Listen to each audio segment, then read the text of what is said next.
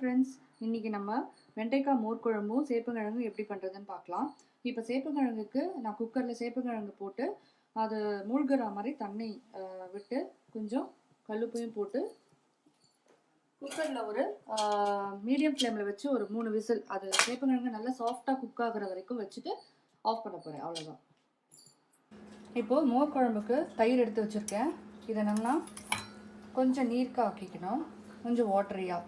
அதுக்கு கொஞ்சம் தண்ணி விட்டுக்கணும்.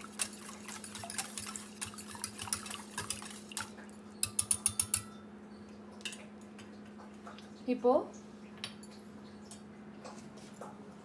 ஒரு பேனில் கொஞ்சமாக எண்ணெய் விட்டுட்டு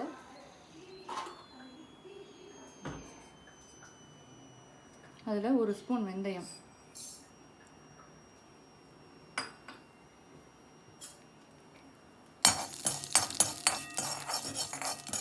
கொஞ்சம் வறுத்துட்டு ஒரு 3 பச்சை மிளகாய்.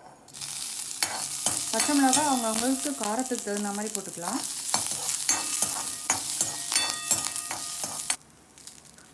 இதில் 2 டீஸ்பூன் துவரம்பருப்பு, 1 டீஸ்பூன் கடலைப்பருப்பு ஊற வச்சுருக்கேன். ஆல்ரெடி 20 மினிட்ஸ் ஊற வச்சா போகிறோம்.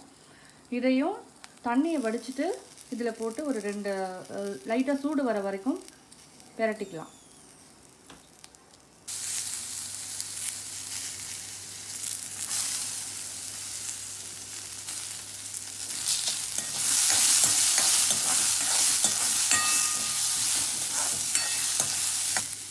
அவ்வளோதான்.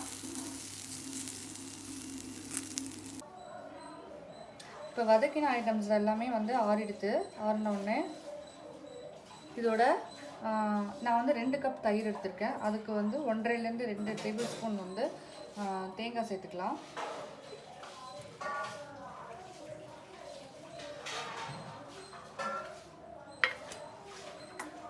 ஒரு டீஸ்பூன் ஜீரகம்,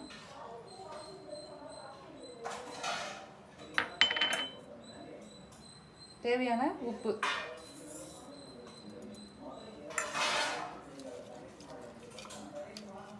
அப்புறம் கொஞ்சம் பச்சை கொத்தமல்லி.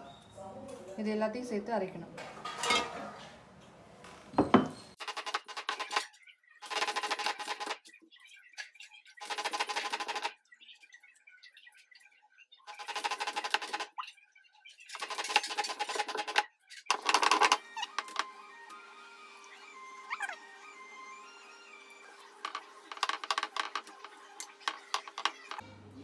இப்போ இதை அரைச்சதை இந்த தயிரில் போட்டு நல்லா மிக்ஸ் பண்ணிக்கலாம்.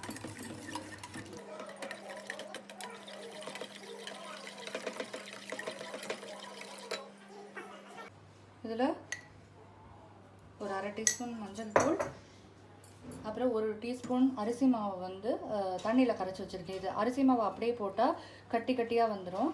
ஸோ இது எல்லாம் ஒன்றா சேர்ந்து வரதுக்காக கொஞ்சமாக தண்ணி விட்டு அதை கரைச்சி அதில் விடணும்.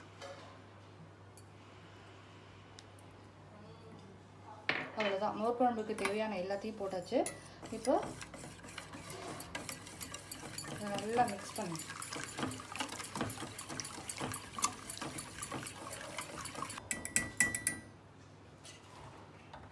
இப்போ இது அடுப்பில் வச்சு சிம்மில் அதனால் பொங்கி வர வரைக்கும் வச்சா போதும். ரொம்ப கொதிக்கக்கூடாது, ஜஸ்ட் பொங்கி வந்தால் போதும். நுரைச்சிட்டு பொங்கி வரும் மேலே, அப்போ அதை ஆஃப் பண்ணிடலாம். இப்போ நுரைச்சி வந்திருக்கு பாருங்கள். இந்த டைமில் நிறுத்திடலாம்.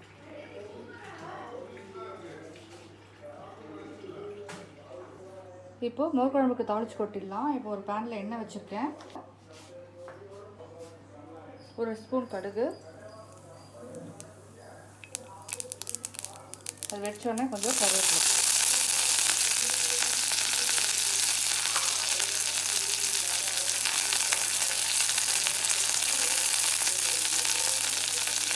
மிளகாய்,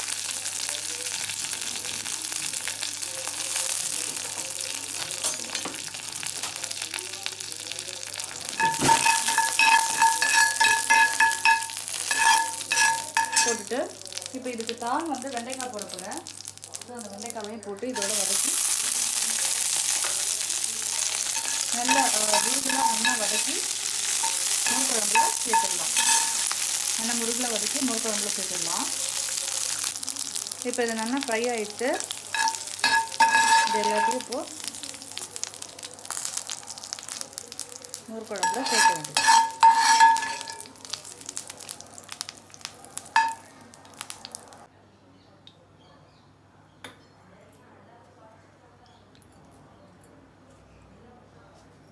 இப்போது நான் வந்து சேப்பங்கிழங்கு தோல் உரிச்சிட்டு சின்ன சின்னதாக கட் பண்ணி வச்சுருக்கேன். இதில் ஒரு ஸ்பூன் தயிர் விட்டுருக்கேன். கூடவே இதில் கொஞ்சம் மஞ்சள் தூள், தேவையான அளவுக்கு காரப்பொடி, ரெட் சில்லி பவுடர், உப்பு, அப்புறம் கொஞ்சம் அரிசி மாவு.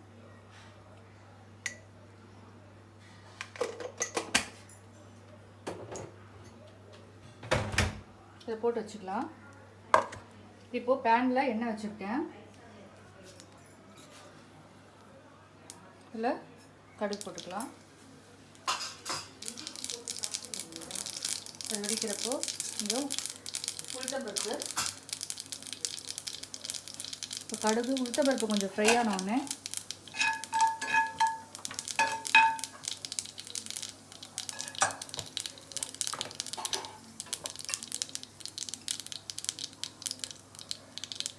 பெருங்காயம்,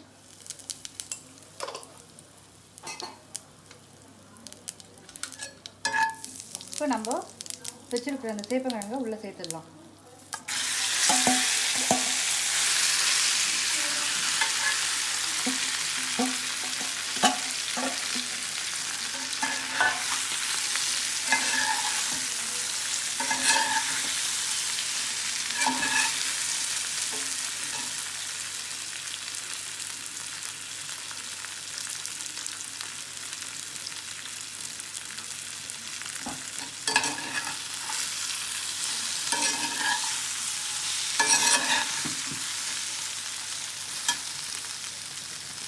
நம்ம போட்ட பொடியெல்லாம் எல்லாத்துலேயும் மிக்ஸ் ஆகும்.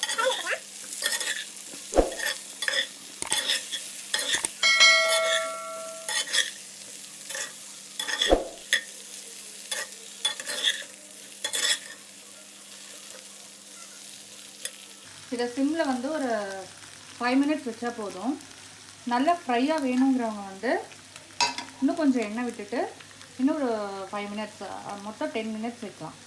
அப்போ இன்னும் கொஞ்சம் அரிசி மாவெல்லாம் போட்டிருக்கிறதுனால அதெல்லாம் நல்லா கோட்டாகி கொஞ்சம் ஃப்ரையாக கொஞ்சம் முருகலாக கிடைக்கும் ஓரளவு.